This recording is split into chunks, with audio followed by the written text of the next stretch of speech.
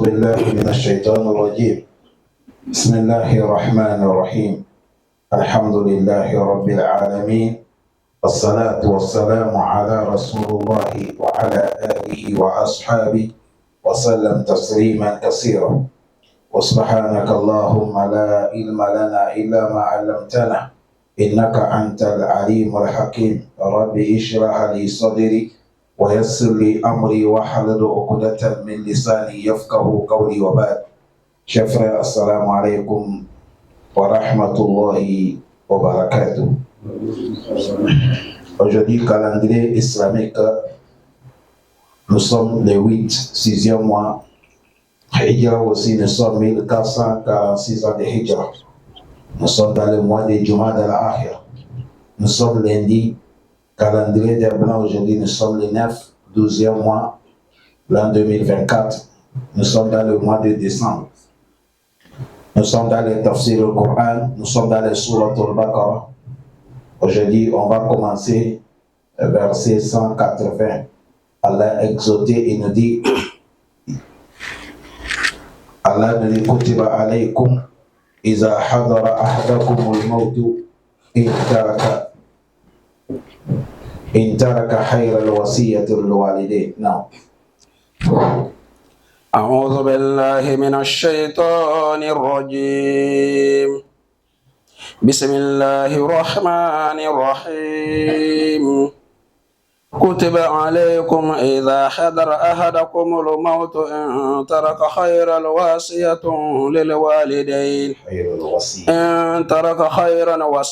للوالدين والأقربين بالمعروف حقا على المتقين. فمن بدله بعدما سمعه فإنما إثمه على الذين يبدلونه إن الله سميع عليم. Allah subhanahu wa ta'ala nous dit Kutiba alaykum. On vous a prescrit, on vous a recommandé. Iza hadara ahadakumul mawtu. Si la mort arrive un de vous. In taraka khayral wasiyya. Si la personne a laissé khayral wasiyya, il a laissé khayr, le bien, et wasiyya, et il a laissé aussi l'engagement. Pour qui les walidaini à ses des parents, wal aqrabina et les familles proches, bil ma'ruf et dans bienfaisance. Allah dit, si la personne fait comme ça, c'est une droit qu'on doit respecter al-muttaqin, sur les gens qui ont la crainte de Allah subhanahu wa ta'ala. Cet verset, Allah subhanahu wa ta'ala, il nous parle, c'était les lois qui étaient commencées. Allah a dit, si quelqu'un est décédé parmi vous, les musulmans, avant que la personne va mourir, il a le bien, il a la fortune, l'argent, et il a écrit, ou soit il a donné sa parole à quelqu'un, dit, après ma mort, dans mon argent, à lever telle somme pour donner walidaini, mon deux parents, c'est-à-dire mon père et ma mère. Ou soit à lever telle somme, vous donnez dans ma famille telle et telle et telle, ou celle et celle et celle. Ça, c'est un bien que la personne, il a dit. Après la mort, elle a dit, si il a fait ses engagements comme ça, c'est quelque chose qu'on doit réaliser. On doit réaliser ça. Mais qui vont réaliser? Allah dit, ceux qui ont la crainte de Allah, ceux qui craignent Allah, si quelqu'un veut mourir, il a laissé des engagements comme ça, réaliser ça. Cet verset, les gens disent, les connaisseurs, beaucoup, ils ont dit, le verset là a été effacé. Cet verset a été effacé avec le verset qui est dans le Surat An-Nisa. Cet verset, la loi, Allah a mené ça avant qu'il amène la loi des héritages. Cette loi-là, qu'Allah dit, si quelqu'un a laissé le bien, et il a laissé des consignes qu'on n'a qu'à lever des dents pour donner ses deux parents et la famille proche, Allah dit respecter ça. Cette loi, Allah avait donné ça, c'est la loi qui était primée avant que Allah menait la loi de quoi? Héritage. Le moment que Allah menait la loi d'héritage, cette loi-là est bannie. Elle ne travaille plus. Mais il y a quelque chose qui va travailler dedans, la consigne. Ça ne travaille pourquoi? Parce que quand quelqu'un va mourir et il a laissé le bien, tu as vu, son papa, il a héritage dans le bien de son enfant. Comme son papa, il fait partie de ceux qui peuvent hériter l'enfant, tu as vu, on ne le donne pas encore. Papa fait partie des héritiers. La famille proche aussi, ils font partie des héritiers. Tu as vu, et on ne les donne pas. C'est leur droit que Allah a partagé qu'on va les donner.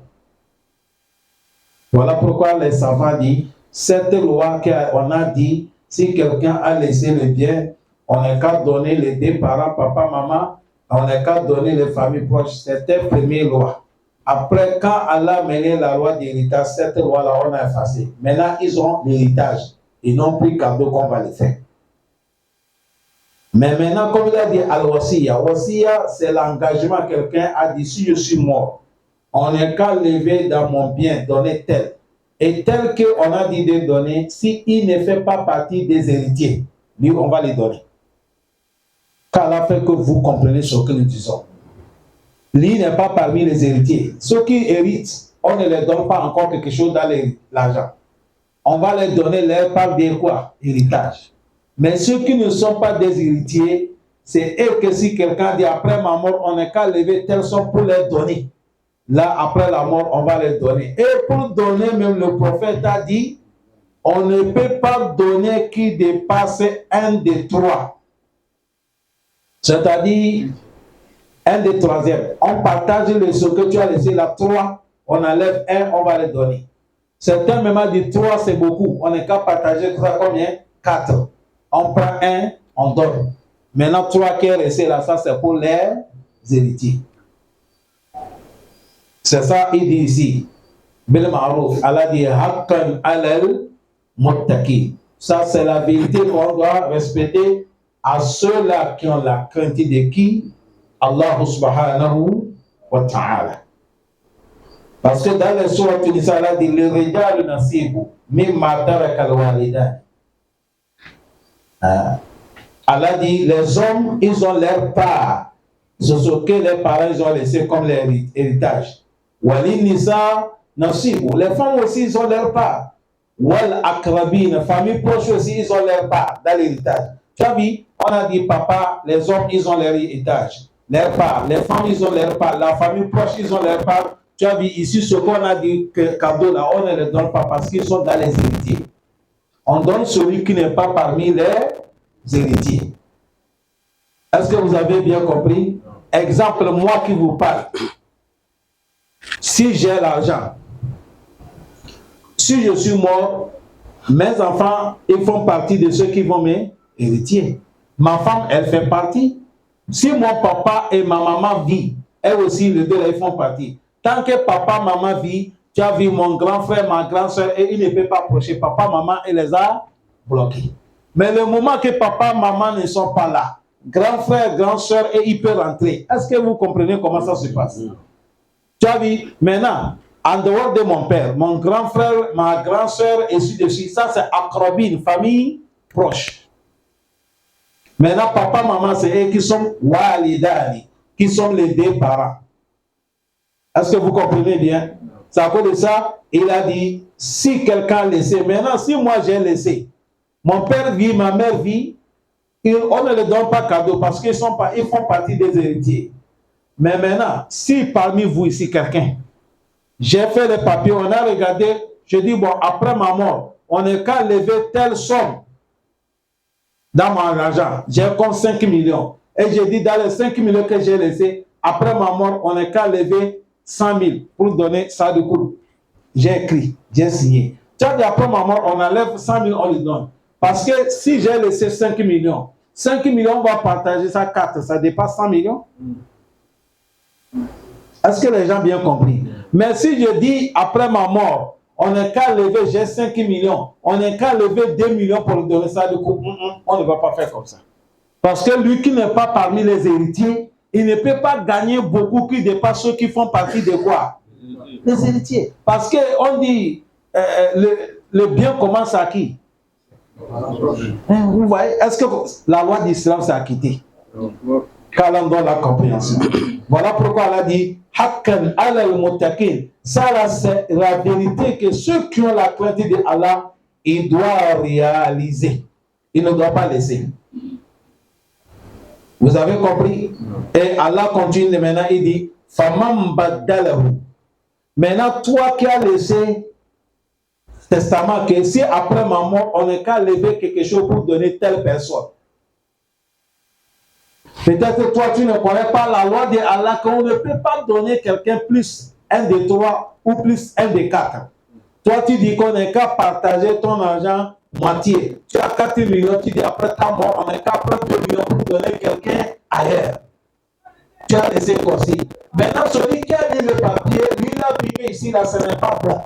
Bagdad a voulu la changer pour écrire ce qui est bon. Il t'a mené sur la raison. On a dit, on ne change pas ce que quelqu'un qui est déjà pour ce qu'il a déposé, non? Mais on peut changer s'il a fait erreur. Alors, Allah dit que tu ne peux pas prendre moitié de son argent pour donner les sa famille.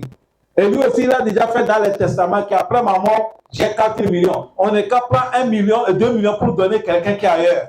On a lu le papier, c'est là qu'Allah dit Famam Bagdala Boubada Masamiahu.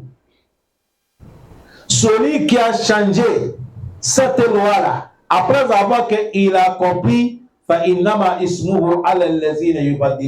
le péché là, c'est sous celui qui a changé. Est-ce que vous avez compris? On parle de qui? On parle de celui qui a changé, il n'y a pas aucun motif.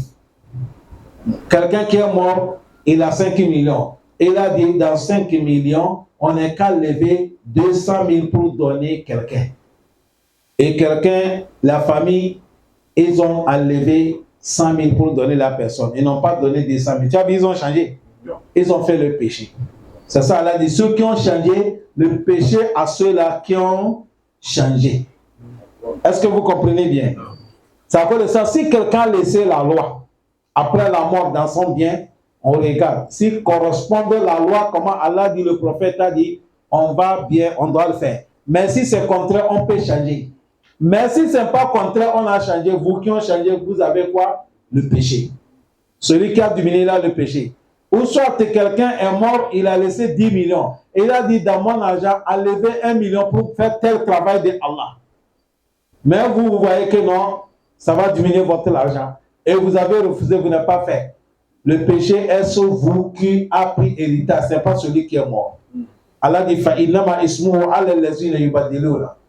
Et après, il a dit, Inna Allah sami'un alim. Allah, il est sami, il les écoute, alimun, il est là.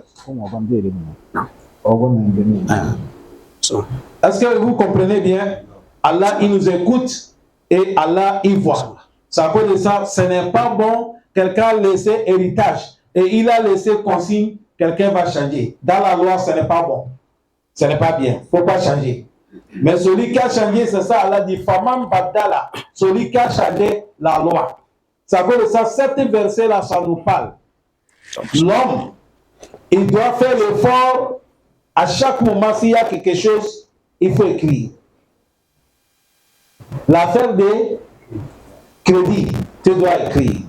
Si tu veux que dans ton bien, après la mort, on enlève l'argent, on donne quelqu'un, tu dois faire quoi? Tu dois écrire. Les seules choses que tu ne vas pas écrire, c'est héritage. Parce que l'héritage, ce n'est pas toi qui vas partager. Ça veut dire ça, on veut que si quelqu'un est mort, il a laissé le bien. On commence par quoi? Ce n'est pas héritage. On ne partage pas héritage d'abord.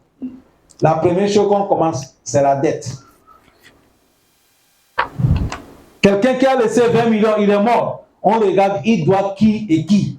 Et on va payer tous les dettes. Si les dettes sont finies, Ensuite, la deuxième étape, laquelle? À qui il a fait wasiya? Il a fait testament qu'il va aider qui? On n'a qu'à donner qui? Mais celui qu'on va donner aussi, il y a la loi. Vous comprenez, connaissez la loi? On ne peut pas lui donner quelque chose qui dépasse un 3 ou bien un combien? 4. On ne peut pas. Certains disent même un 4, c'est ça qui est bon. Un 3, c'est trop beaucoup. Si il a dit qu'après ma mort, on n'est qu'à lever tel son pour faire tel travail, on n'est qu'à lever tel son pour faire tel travail de Dieu, on doit lever pour faire. Maintenant, ce qui reste, ça c'est pour les héritiers maintenant. Et c'est ce moment qu'on va partager l'héritage. Est-ce que vous avez bien compris? Non. Ça c'est la loi de qui? Allah subhanahu wa ta'ala. Et maintenant il a dit faman khafa min musin janafa. فمن خاف من موص جنفا أو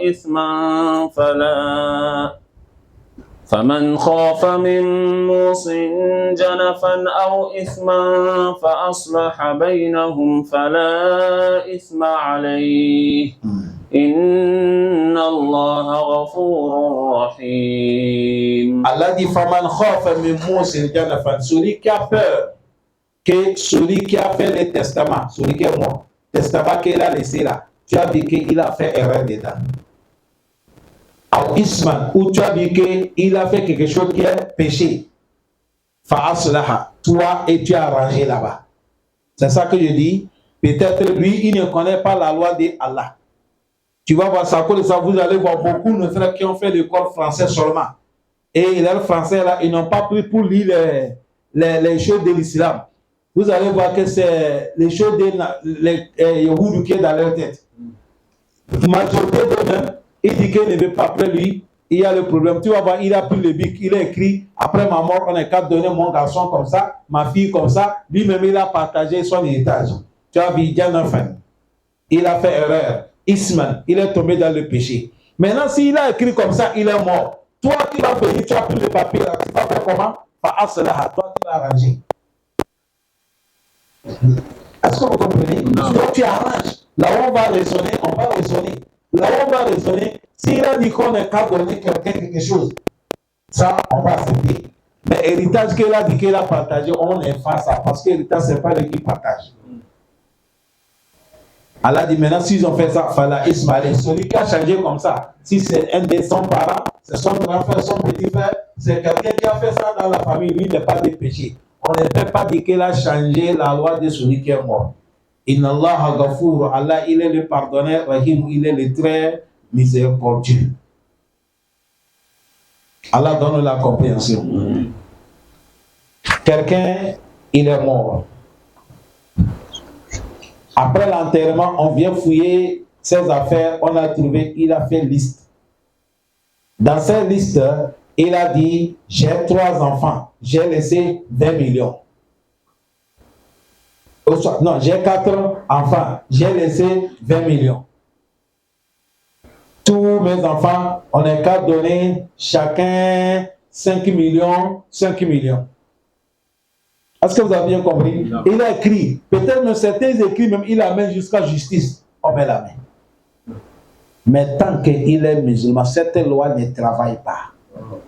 Si on a forcé les gens pour faire ça, le juge qui a fait ça, et ceux qui ont dedans, tous Yom Al-Qiyamah, là va les conduire dans l'enfer. L'affaire de l'héritage musulman, il n'y a pas de justice dedans. Justice doit lever sa main dedans.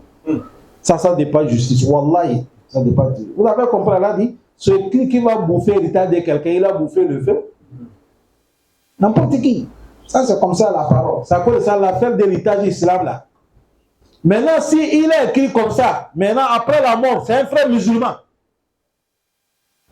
Et on a mené le papier, les parents, ils ont fouillé, ils ont vu le papier. Est-ce que les parents, s'ils connaissent la loi d'Allah, ils vont accepter de faire ça? Non. Ils vont changer pour amener la manière qu'Allah, son prophète, a dit. Tu as vu ce moment, quand ils vont changer ça là, ils n'ont pas de péché. Ou soit, lui ne connaît pas, il a 20 millions. Comme il a un de ses amis, il s'attend bien. Peut-être c'est l'ami là même qui l'a aidé, il a gagné le travail. Vous savez, il y a de bons amis comme ça. Lui, il a dit, bon, après ma mort, dans mon 20 millions, je veux qu'on enlève 10 millions pour donner tel mon ami. Or qu'il a des enfants. Tu as vu, si l'argent 20 millions, on enlève 10 millions, il reste combien? Ce moment, ça montre que l'argent, on a partagé ça en combien? En deux. Est-ce que c'est normal ou bien il a fait erreur? Il a fait erreur. On devait partager l'argent là en combien? 4. Maintenant, si c'est 20 millions, on a partagé 4, combien on peut donner quelqu'un? C'est 1? 5 millions. Et moi, vous n'avez pas ça dit, même 5 millions, c'est trop. Parce que de laisser tes enfants, ils ont quelque chose à manger sans mendier. C'est le plus meilleur de laisser tes enfants après la mort, ils sont en train de mendier. Vous avez bien compris? C'est comme ça le prophète a dit. C'est cet effort que nous tous nous faisons. Sinon, nous disons de nos enfants, qu'est-ce que nos enfants vont manger? Allah a déjà prescrit ça. Mais on ne veut pas que nous, les parents, comme on a quitté, on n'a pas trouvé nos papas, c'est nous qui ont commencé depuis A. On ne veut plus que nos enfants commencent encore quoi? A. On veut qu'on a déjà fait un peu escalier. Les enfants commencent à grimper là-bas pour aller. C'est ça que vous voyez, on ne dort pas, on fait l'effort. Sinon, la venue de quelqu'un, c'est Allah qui a déjà préparé ça. Il faut que les gens comprennent ça. Peut-être toutes les maisons que nous sommes en train de construire, Wallahi, nos enfants là, si Dieu les a bénis et Dieu les a ouvert la porte de la richesse, lui, il va prendre Caterpillar, il va tout casser. Il va dire ça, c'est l'ancien modèle. C'est vrai ou faux? Il va dire ça, c'est l'ancien modèle. Il va tout casser. Ça cause de ça, il y a un savant même qui a dit, quelqu'un qui veut laisser bon héritage à ses enfants, à sa famille, il faut leur montrer de trouver la croyance à Allah. C'est ça qui est héritage. Or que la vérité, c'est ça qui est bon héritage. Allah facilite nous. C'est ça, Allah dit, Faman khofa, celui qui a peur, mais nous aussi, à celui qui a fait le testament. On parle de celui qui est mort. Tu as peur celui qui il a fait erreur, ou isma, ou soit dans son écrit là, il a fait quelque chose, ça peut lui donner péché, yom al-qiyama là où il est. Maintenant, toi qui es vivant, tu as vu ça, fa'as-solaha, tu as arrangé. Bainahum, entre la famille, fala isma, il n'y a pas aucun péché sur toi. Inna Allah, lui, Allah Gafour, il est le pardonneur, Rahimu, il est le très miséricordieux, car là, nous pardonnons tous. Il a dit quoi? يا أيها الذين آمنوا كتب عليكم الصيام كما كتب على الذين من قبلكم لعلكم تتقون. Allah dit, oh, vous qui ont cru, Allah, كتب عليكم الصيام. On vous a prescrit le jeûne de Ramadan. Comme كتب على الذين من قبلكم. La manière qu'on a prescrit ceux qui étaient là avant vous. لعلكم تتقون, afin que vous gagnez la crainte de Allah subhanahu wa ta'ala. Cet verset, c'est le verset qui est le seul Coran qui Allah recommande les jeûnes. En dehors d'ici, il n'y a pas ça dans le Coran, car là il parle des jeûnes encore. Des jeûnes de Ramadan, c'est ici la somme. Allah nous a recommandé le jeûne du mois de Ramadan. Et avant qu'il va nous prescrire ça de dire jeûner, il nous fait savoir que tout ce que nous allons attendre dans les recommandations de jeûne, nous ne sommes pas les premiers. Il y avait des siècles, ou soit des communautés passées qu'on les a aussi prescrits de jeûner. Ils ont leur manière de jeûner. Ce n'est pas la même qualité, mais eux aussi, ils jeûnent. Vous avez bien compris? Parmi les jeûnes, vous avez compris, il y avait le jeûne de Ashura. Les Yahoudis jeûnent ça, non? Il y a le jeûne du prophète Daoud. Ils jeûnent aujourd'hui, demain, ils boivent le riz. Dans l'année, ils jeûnent combien? 6 mois. Tu as vu ça, c'est des jeûnes que les musulmans, notre jeûne est venu trouver. Et à l'époque, les jeûnes, Si quelqu'un tu as gêné et tu n'as pas mangé la nuit, tu as oublié de manger, c'est fini. C'est demain encore. Tu vas continuer le jeûne. Bon, Islam, quand Islam a mené le jeûne, qu'on va parler maintenant, et Dieu a changé et il a facilité les dons. Avant le jeûne que Dieu a prescrit les autres, quand tu jeûnes, même la nuit, tu n'approches pas ta femme. Même la nuit, c'est-à-dire tu n'as pas le droit d'approcher qui? Ta femme. Et tout, quand Allah a mené notre jeûne, et il a tout facilité. Nous allons écouter ça ici. Imam Ibn Kassir nous dit يقول الله تعالى محاتبا للمؤمنين. Allah, il est en train de s'adresser aux croyants. من هذه الآية, dans cet verset, أمرا لهم بالصيام. Allah nous recommande de jeûner.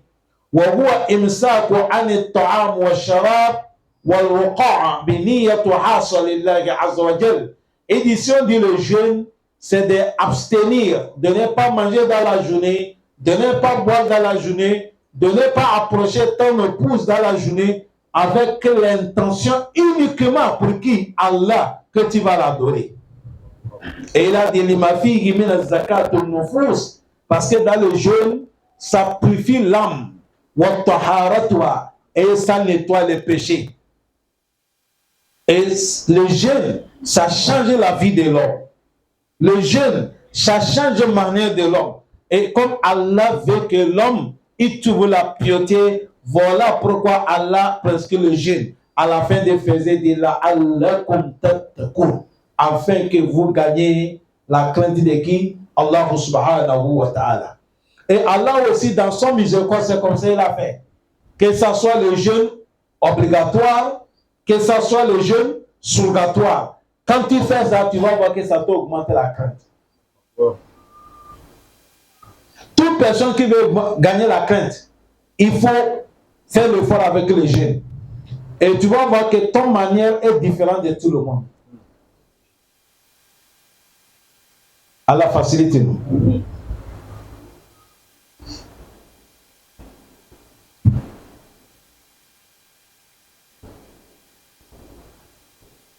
Il a dit parce que le jeûne que vous voyez, dans le jeûne, ça va nettoyer ton corps. Et et le jeûne bloque tous les passages que le diable peut pénétrer pour te tromper. Quand tu jeûnes, ça bloque tout. Surtout nous les hommes. Notre fitna là, c'est quoi? C'est notre sexe. Quand tu vois toute personne, son sexe, ça debout, ça tombe, ça debout, c'est parce qu'il n'a pas faim. Voilà, ils étaient à faire ça, ne peut pas debout, c'est faux. Hein? Quelqu'un qui a faim, lui-même il sait que ça ne va pas. Voilà pourquoi on dit, voilà pourquoi le prophète Mohammed, un jour, il a recommandé les jeunes musulmans avec parmi les choses de l'islam qui est le plus meilleur de l'adoration que le mariage. Mais mariage aussi là, Allah donne nos bonnes femmes. Dites amis. Je prie Allah, vous qui ont marié, que Dieu donne bon comportement à vos épouses. Amen. Vous qui ne pas encore marié, voilà, dans ton chouchou, demande à Allah, Allah, si tu veux me donner la femme, donne-moi bonne femme. Vous savez pourquoi il passe ça? Si tu sors sur la route, tu vois un musulman, quelqu'un, un homme, il est en train de marcher, il parle seul, c'est des cas. Il n'y a pas de troisième. Vous voulez les connaître? Oui. Si ce n'est pas la pauvreté, voilà, c'est sa femme qui l'a fait à la maison.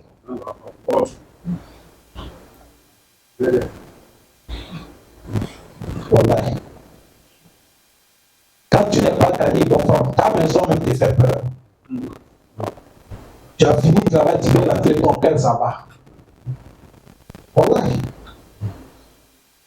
Je n'ai pas dit belle femme, je dis bonne femme. Il y a belle et bon différent. C'est comme le ciel et la terre. Mais vous, aujourd'hui, là, vous regardez la beauté. Tu vas aller prendre une diable, venir déposer ta maison. Mais les gens, on trouve. Viens dans la mosquée, là où on prêche. Si tu vois les filles, tu te renseignes. Bon, parce que tout le monde qui va venir ici, il est dans les hijabs, il est voilé. Tu vas demander, mais celle-là, c'est marié. On dit non, c'est une jeune fille. Achallah. Ah, tu as vu? Hein? Combien? Mais si tu gagnes la femme, tu parles là où on est en train de danser, tu gagnes là-bas. Est-ce que c'est bon femme là-bas? Tu as vu quelqu'un, elle est là comme ça, mais c'est le trèfle là qui saute, tout, elle est en train de danser. Tu prends femme comme ça, est-ce que c'est un bon femme? Donc tu connais là où tu as gagné. Les bonnes choses, on gagne ça dans les bons lieux. Les bonnes choses, on gagne ça dans les bons lieux. C'est à cause de ça, à l'époque, l'homme ne mariait pas parce qu'il faut marier. C'est ton papa qui va te chercher la femme. Parce que les papas, quand tu vois à l'époque, là, quand ils finissent la prière de Hassan, ils sont à côté des mosquées. Tout le monde passe là, ils enquêtent. Quand ils voient une jeune fille là, ça c'est la fille de qui? On dit c'est la fille. Et papa commence à enquêter. Il voit la parole de la femme, il voit son démarche. Après il va dire non, celle-là, je vais la demander pour mon enfant garçon. Mais nous aujourd'hui on dit non, pour le papa là, on ne veut pas. Il faut que c'est nous-mêmes qui vont choisir. Bon, quand elle a fait qu'on choisit ce qui est bon.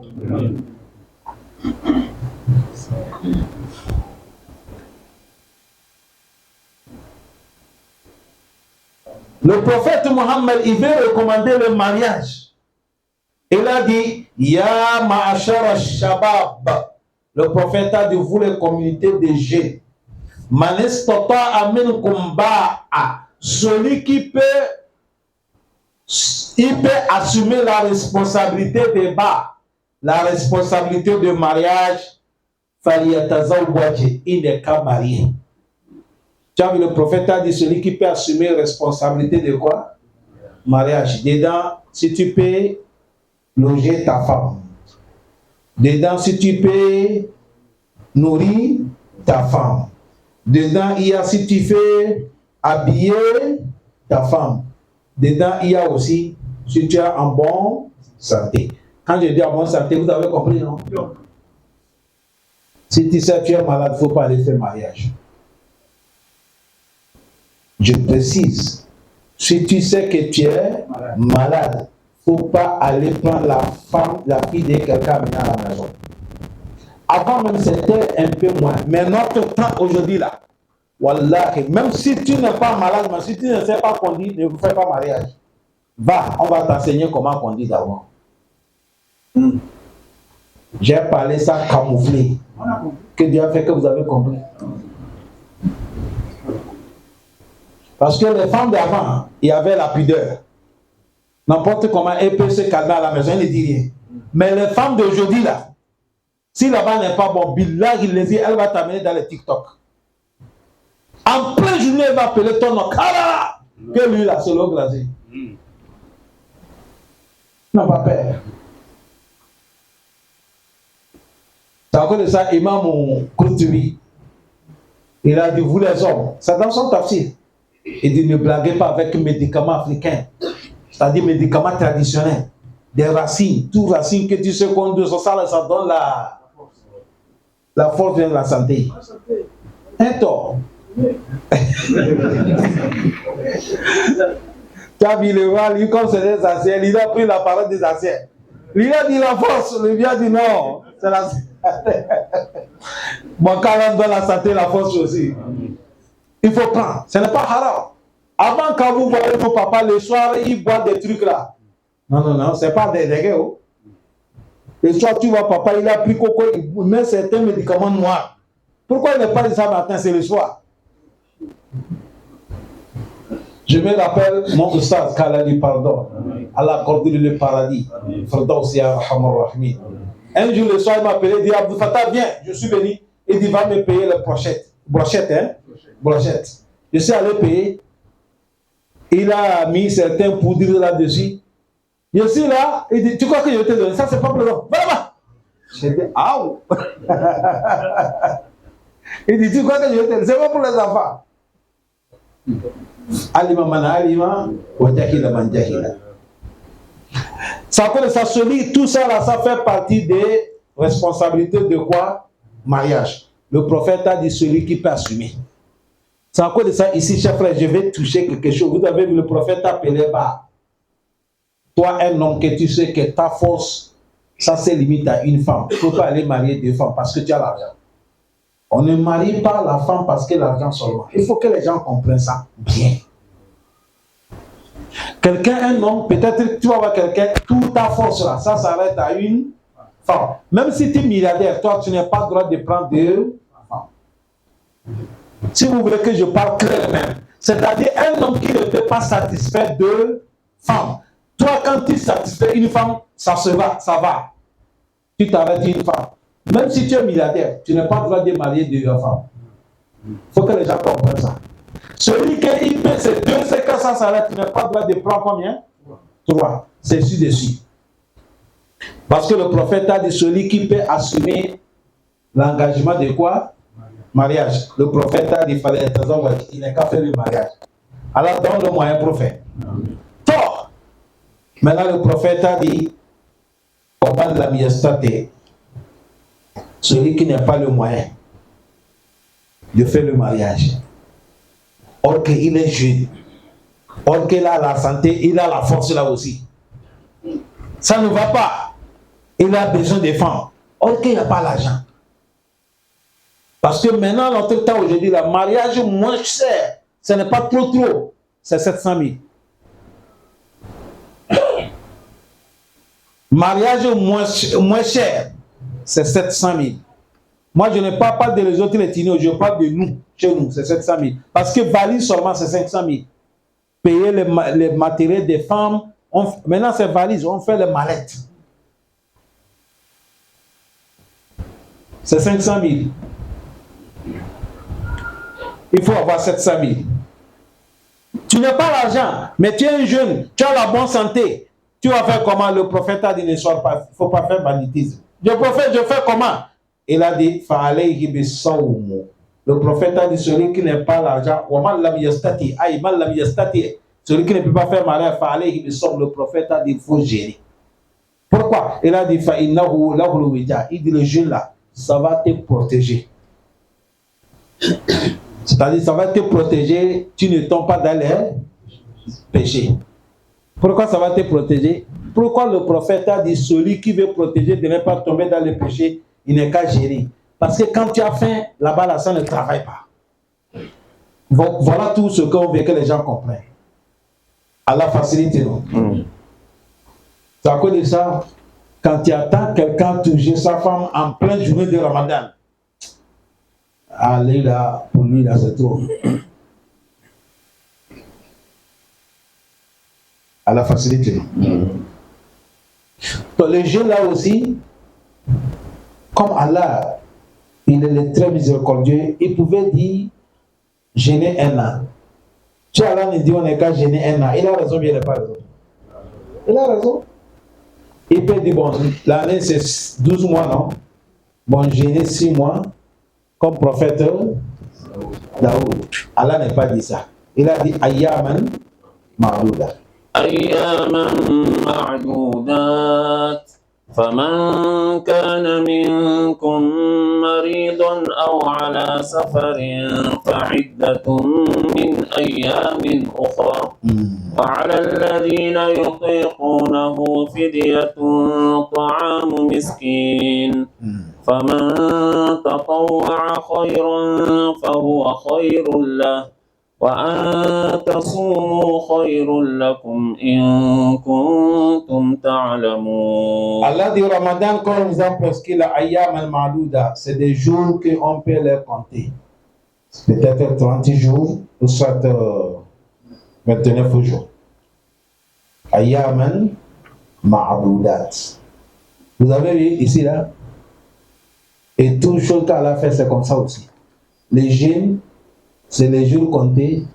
Notre vie, c'est les jours comptés. Notre démarche, c'est les jours comptés. Les yeux qu'on regarde, c'est les jours comptés. Tout, ils ont leur temps. Quand le temps arrive, ça s'arrête. D'accord, tu vas voir quelqu'un, il vit, mais les pieds ne travaillent pas. Le travail des pieds s'arrête.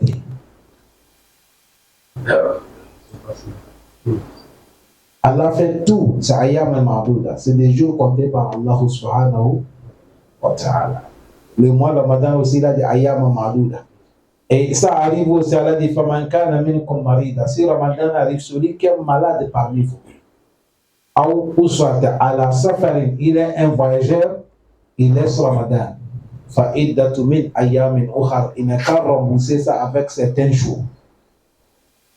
Ici, on parle de quelqu'un qui est malade. La maladie que tu ne peux pas gêner. Le docteur a dit qu'il ne faut pas gêner, il faut laisser le jeûne.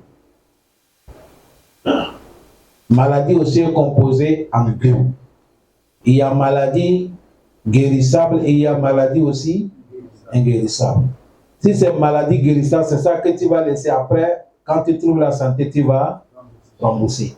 Mais si c'est maladie inguérissable, tu ne jeûnes pas, mais tu vas nourrir chaque jour à la place de jeûne. Vous avez bien compris, non? Oui. Ou à la safari, celui qui voyageait aussi, tu laisses le Ramadan. Ce n'est pas Allah mener les versets. Le temps que le verset est descendu, le voyage était tellement souffrant. Parce qu'il n'y avait pas les avions, il n'y avait pas les voitures, il y avait des montures, c'était même à pied. Voilà les jeunes. La souffrance des jeunes. Encore quelqu'un va marcher ici, comme ici, à pied jusqu'à aller comme Cameroun. Ou soit marcher jusqu'à Tchad. Et Allah dit, quelqu'un qui va marcher comme ça, peut-être ça va prendre 10 jours ou 15 jours. Allah dit, bon, laisse les jeûnes. Après Ramadan, tu comptes le nombre de jours là, tu paies. Vous avez bien compris? Mais dans le jeûne que quelqu'un, le voyage, que tu sais qu'il n'y a pas fatigue. Toi, tu as dit, non, je ne vais pas gêner, moi, je ne vais pas couper, je vais gêner. Tu n'as pas de péché aussi. Parce qu'il a dit cela, le prophète avec les compagnons, ils ont fait le voyage. Certains, ils ont coupé, certains aussi, ils ont gêné, et le prophète n'est pas blâmé aucun groupe. Un jour aussi, ils étaient dans le voyage, et tous ils ont gêné. Mais au cours du voyage, le prophète a senti qu'il y a la souffrance. Mais comme le prophète est là, ils ont peur, ils ne veulent pas parler. Mais le prophète a senti. Ils ont arrivé certains, le prophète a dit, on va se reposer ici. Et on a fait la patente du prophète. Quand ils se sont reposés, le prophète a dit l'autre, voilà la rivière, va m'épuiser l'eau. Quand il a amené l'eau, le prophète a dit, il a coupé, il a bu l'eau, il a coupé les carrés. Et tout le monde a coupé. Ils étaient dans la joie. C'est à cause de ça, on veut, quand tu es un chef, un moment, il faut faciliter ceux qui sont derrière toi. Il faut avoir la sagesse de ça. Allah donne la compréhension. C'est à cause de ça, tu as vu, nous, notre temps aujourd'hui, imaginez quelqu'un qui va voyager ici, Togo. Ici, Togo, l'avion, c'est 1h30 minutes. Ou bien 47 durées, si c'est parce que ça va passer par un moment Douala, un moment Nigeria, là, ça peut être 2 heures du temps ou 2 heures quelque chose. Même si c'est 2 heures dans l'avion. L'avion, il y a le clim là-bas. Hein? Si quelqu'un dit va gêner, il n'y a pas aucun problème. Il n'y a pas aucun problème. Quelqu'un qui quitte ici, dans ta maison, 2 heures du temps, tu es dans l'avion, tu descends, tu rentres chez toi encore. Il n'y a pas aucun fatigue. Tu as dit tu vas gêner, il n'y a pas aucun problème. Est-ce que les gens ont compris? Mais malgré ça aussi, c'est-à-dire, c'est l'avion. Même si c'est dans le congélateur qu'on va te mettre pour voyager, tu t'as dit tu vas couper, il faut couper. C'est un cadeau que Dieu t'a donné. Maintenant, ça dépend des choix de quelqu'un. Mais il ne faut pas rire. Il a dit, mais il faut savoir, tu vas rembourser ça après. Quoi? Bon, vous voyez comme ça là. Quelqu'un qui a le crédit comme ça, si la personne est morte, il n'est pas encore remboursé. C'est le crédit des jeunes là que les familles doivent rembourser. Mais quelqu'un qui est en plein Ramadan et il est mort, on ne rembourse pas les jeunes. Quelqu'un qui a gêné 20 jours, il reste combien de jours que le mois finit? 10 jours, et Dieu a pris son âme. On ne rembourse pas les 10 jours. Il n'y a pas aucun texte qui a dit ça. Mais celui qui est malade dans le Ramadan, Il a laissé jeûne 10 jours. Et après, il a gagné la santé. Et il n'a pas remboursé les 10 jours. Et après, il est mort. Tu as vu, on doit rembourser les 10 jours. Mais celui que dans le Ramadan, en même temps, la maladie a commencé, il n'a pas eu la santé, il est mort, on ne rembourse pas.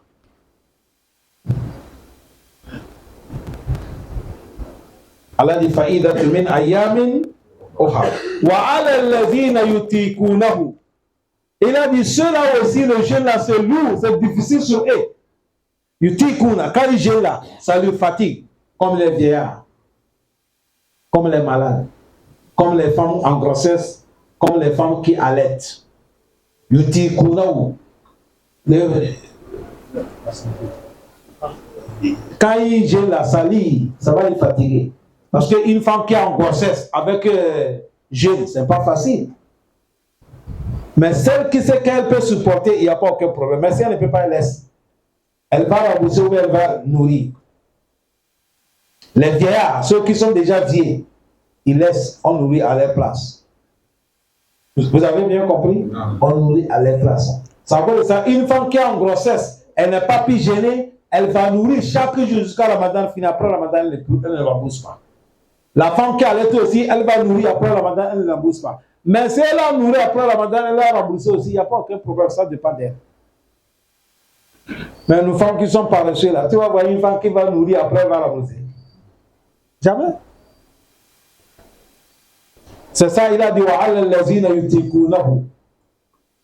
Lui va faire comment? Il a dit fidyatut ta'am miskin. Il va nourrir fidya. Chaque jour, un demi-kilo. Jusqu'à Ramadan va finir. Si c'est toi-même qui as dit tu vas donner 1 kilo, tu as fait tatawa. Allah dit faman tatawa fa huwa khayru. Non. C'est ça, il a dit faman tatawa fa huwa khayru lahu. Mais Allah dit mais wa anta sumu, si vous pouvez jeûner khayru lakum, cela est plus meilleur pour vous. In kuntum ta'lamuna. Si vous connaissez. Certains m'ont dit au début de Ramadan, quand Ramadan, Allah a prescrit Ramadan, Allah a donné le choix. Celui qui veut, il jeûne. Celui qui ne veut pas, il nourrit. C'est après, Allah dit non, nourrit là, tout le monde doit jeûner. Tant que tu es en bonne santé, tu n'es pas voyageur, tu n'es pas malade. Mais maintenant, ceux qui vont nourrir, les vieillards, les femmes, allaites, les femmes, grossesses, c'est eux qui nourrit. Mais maintenant, un voyageur, un malade, lui va laisser, après Ramadan, il va rembourser. Qu'Allah nous donne la compréhension. Subhanaka Allahumma bihamdika, nashhadu an la ilaha illa anta, nastaghfiruka wa natubu ilayka walhamdulillahi rabbil alamin.